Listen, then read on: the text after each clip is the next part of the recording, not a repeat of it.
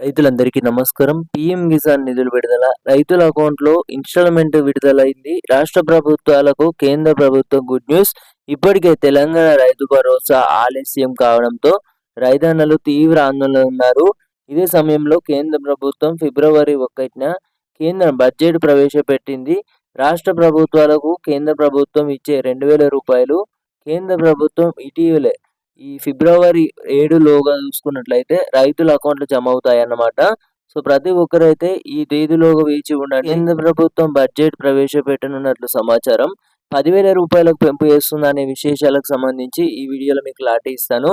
ఫిబ్రవరి తొలి వారంలోనే రైతులకు రూ. 2,000. దేశవ్యాప్తంగా ఉన్నటువంటి రైతులకు శుభవార్త చెప్పేందుకు కేంద్రం సిద్ధమవుతున్నట్లు తెలుస్తుంది. ఈ ఫిబ్రవరి 1న బడ్జెట్ ప్రవేశపెట్టిన అనంతరం అదే వారంలో పీఎం కిసాన్ ఈ రోజు బడ్జెట్ ప్రవేశపెట్టనున్నారు. పథకంలో భాగంగా అన్నదాతల ఖాతాలోకి 2,000 చొప్పున జమ చేస్తుందని సమాచారం. మరోవైపు ఏపీ ప్రభుత్వం మరో రూ. 4,000 కలిపి మొత్తం 6,000 అన్నదాతలకు అందించే అవకాశం ఉంది.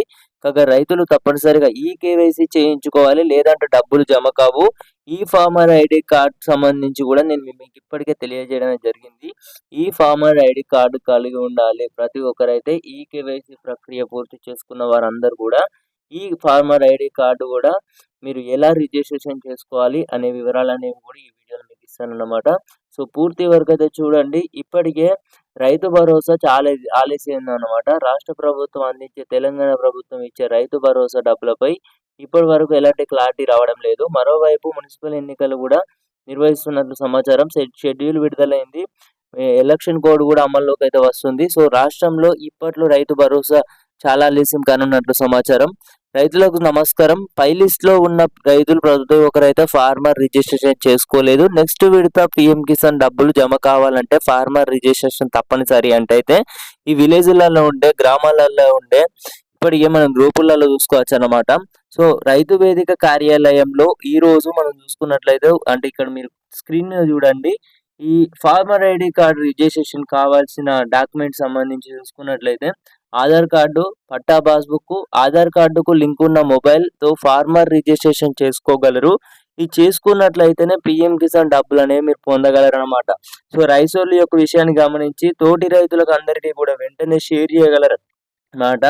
ఇప్పుడు మొదటి వారంలో చూసుకున్నట్టయితే తొలి వారంలో లేదా చివరి వారంలో ఇన్‌స్టాల్‌మెంట్ విడుదలవుతుంది. కేంద్ర ప్రభుత్వం పీఎం కిసాన్ లబ్ధిని రూ. 6,000 నుంచి 8,000 పెంచుతుందని ప్రచారం బాగా జరుగుతుంది. 10,000కు పెంచుతుందని కూడా ప్రచారం బాగా జరుగుతుంది.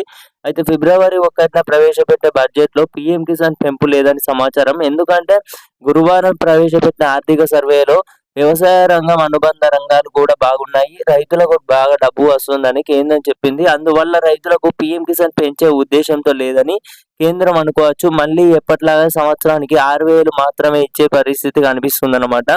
ఒక నేపథ్యంలో చూసుకున్నట్టయితే రాష్ట్ర ప్రభుత్వాలకు ఇప్పటికే కేంద్ర ప్రభుత్వం అందించే రూ. 2,000 చొప్పున జమ అవుతున్నాయి అన్నమాట.